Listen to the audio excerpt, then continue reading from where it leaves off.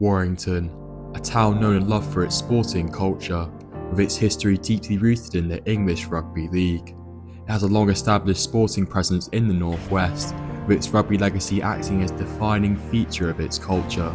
Charities like the Warrington Wolves Foundation have committed to bringing all types of people together to enjoy sport, with the town now recently forming a new inclusive sports club aimed at physically disabled individuals and those who support them. Warrington Power Sports Club are a passionate team of disabled rugby fans who use powered wheelchairs to play fast-paced, dynamic contact sports thanks to help and support from charities and Sport England funding.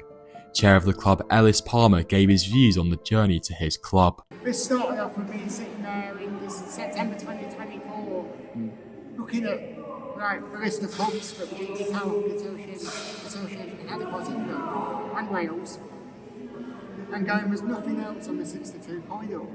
I'm thinking, I'm a rugby league fan, I've been to rugby league round up and down 62, or across the 62, and you go and there's lots of disabled people, lots of power wheelchair users there, but there's nothing there for them. So I went away and I thought, right, I'm going to set something up and get something over the line.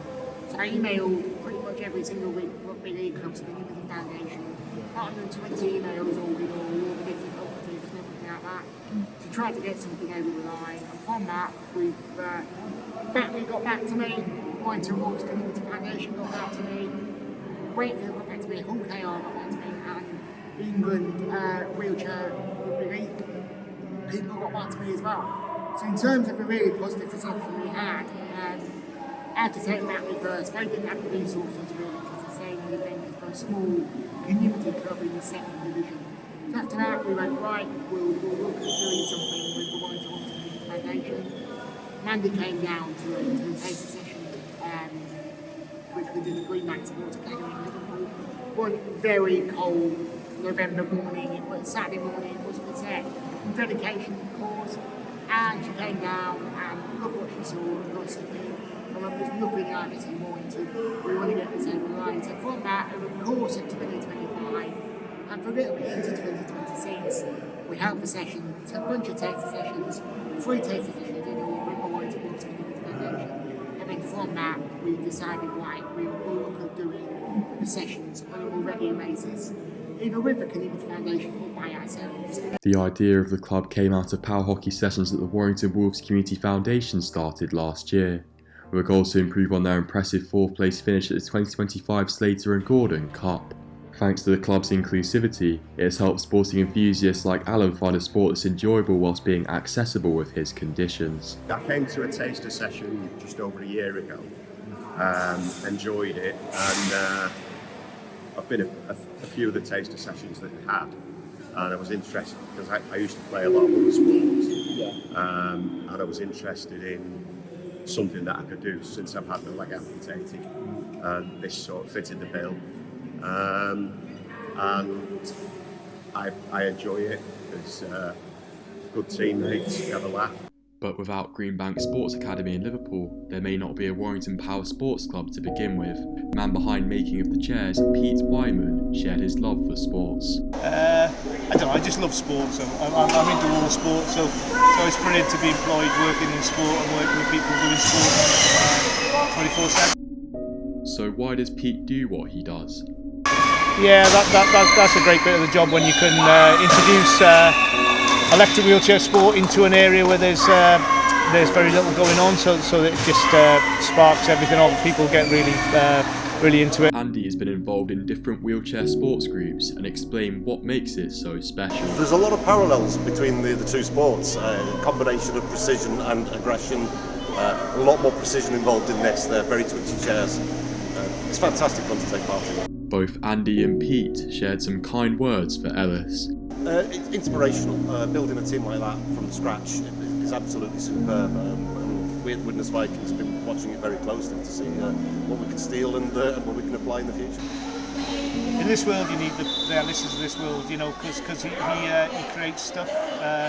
He works tirelessly and he has the values that he wants to create a community club for everybody in Warrington, and those people are rare. We call it the X Factor. So he's got that X Factor that creates things, and that is brilliant. Sport England have produced funding for the project, as Pete explained. So the way it works is Sport England have funded us to create hubs, the Green Bank to create hubs. So we provide 8 chairs for Warrington, and that hub will then use those 8 chairs to do power hockey and also power football. So what does Pete see for the future? No, it's just to grow. I mean, the first thing is they'll play in the British Power Hockey League at Wakefield on the 16th of May. So that'll be their first proper Power Hockey League fixture. So that's a big stepping stone, and that's something we're looking forward to. Thanks to support from organisations like the Green Bank Sports Academy, UK Power Hockey has been able to make para-athletes feel more inclusion in sporting, acting as an open social space. Much like how it's been for lifelong Warrington supporter Shan, who first met Ellis through playing power hockey. I think it really great. It's what needs to become a part of something I like to the team and as a club.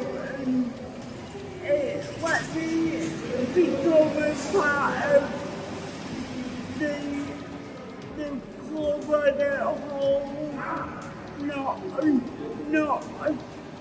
Not always watching.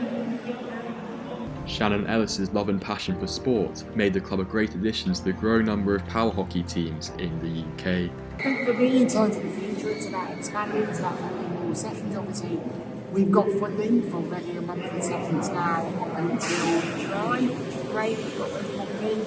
That's great. That gives people certainty with regards to personal care and support, and that's brilliant.